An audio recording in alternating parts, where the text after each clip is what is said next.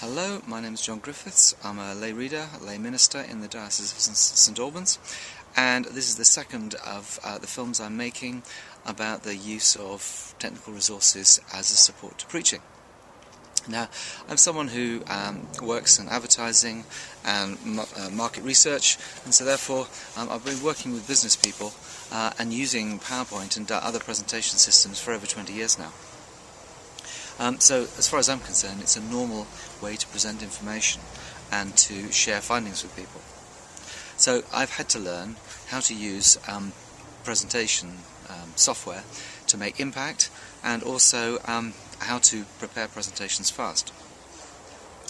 So I want to answer this first question, which is, why would you consider using PowerPoint at all as an accessory for a sermon? Well, reason number one, because we live in a visual culture, which takes the use of images for granted. Every child in the country now learns how to use PowerPoint, and so it's bizarre and perverse in my judgment to ignore this. So we have to consider how we do this, and not simply to assume that a sermon is going to be used with the voice only. The second reason is because we have a tradition of 2,000 years of Christian art and visual imagery, which is part of our heritage and resource, and so as preachers I believe we have the responsibility to draw on that and to use it and not to ignore it. The third reason is because of the emphasis of voice only from a pulpit in a bare church is a cultural aberration. Our churches used to be brightly decorated, full of all sorts of symbols 300 or 400 years ago, and after the Reformation it was always stripped out. So we're in a situation which is abnormal rather than one which is normal, and visual is is something that we should be bringing back in. Reason number four, because every recorded sermon in the New Testament features reference to visuals. When Jesus said, "Consider the lilies and consider the birds of the air," he wasn't asking you to think about it. He was standing on top of a mountain pointing at them.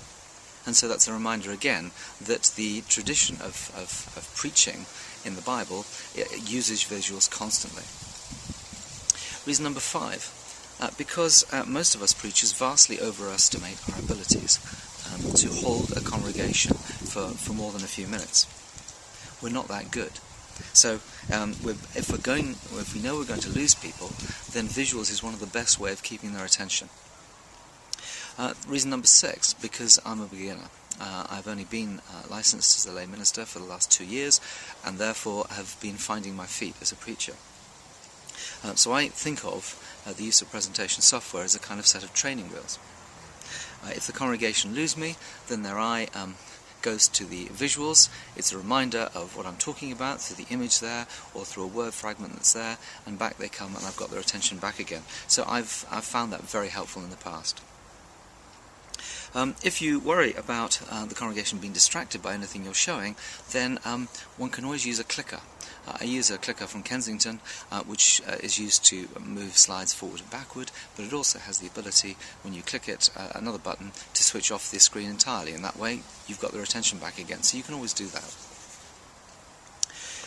So in summary, I think the use of visuals should be a basic skill that all preachers have the ability to use, whether or not they use it all the time. I think the point I would also want to make is that we are preachers and we're not presenters, first and foremost. A presentation is not a sermon. I'll give you two examples or exceptions to that before I finish, but normally I assume that a sermon is something which you prepare, which you write down in note form or even as a complete script, and only then would I turn to using PowerPoint as a way of illustrating what I've written. That way, if there's any problems with timing, I still have a sermon, even if I don't have a presentation. But I still think that adding a PowerPoint considerably adds to the impact. I would normally expect to spend between an hour and no more than 2 hours preparing a presentation once I have a sermon in script form. I know it's very easy to waste hours tinkering, but it's really important to prepare with a purpose. It's make the most of the time. Be disciplined when you sit down to do these things.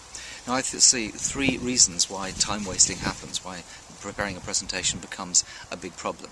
The first is that we have no clear idea as to how to illustrate the sermon, and that can lose us a lot of time. The second reason is because we haven't actually finished the sermon yet, so in effect we're caught between preparing the sermon and illustrating it. The third reason is simply lack of skill.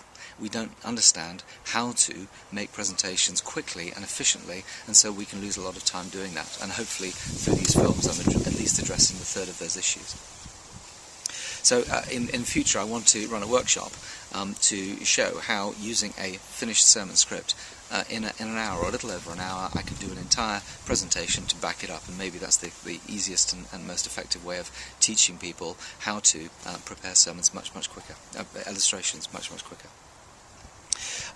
In my next film I'm also going to talk about the kinds of slides that I put into a PowerPoint presentation, but I'm going to leave that for film number 3. I mentioned 2 exceptions to preparing a PowerPoint after I prepare a sermon, that's to say starting with PowerPoint, and before I finish I wanted to reference those. The first is when a sermon comes from a series of strong images, and so I start with the images, and then from that do I then work on to build up the notes or build up the script from that. As I said, that's the exception. The second is when I use the Beyond Bullet system, which was created by Cliff Atkinson, to stop PowerPoint presentations turning into a mass or a mess of words projected onto a wall. Now, his method is designed for the business use of software. His method is absolutely brilliant. I don't use it often, but it's a fabulous way to impose a disciplined structure on a sermon. I want to describe it briefly to you now. Cliff Atkinson gives you a template in Word which you can use to tell the story of your presentation, and he lays it out like a 3-act play.